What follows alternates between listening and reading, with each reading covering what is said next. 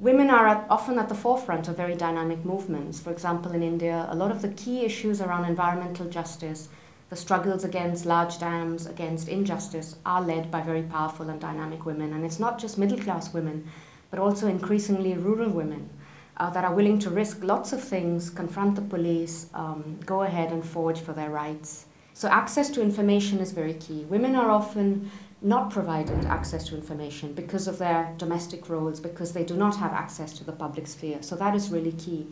The ability to participate in decision-making processes as an equal is also very important.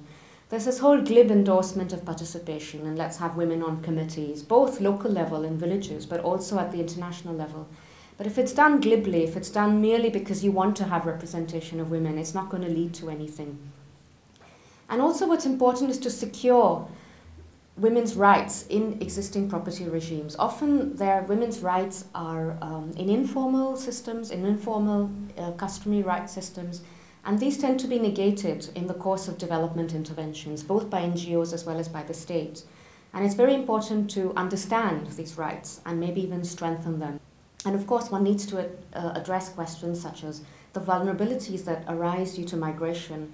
For example, the need for social protection for women and men that might be different, both in the informal as well as in the formal realm. Development work cannot take place without a concern for environmental justice, and work that development NGOs, governments, as well as agencies are doing would be less effective if one were not concerned with what was going on in the environment.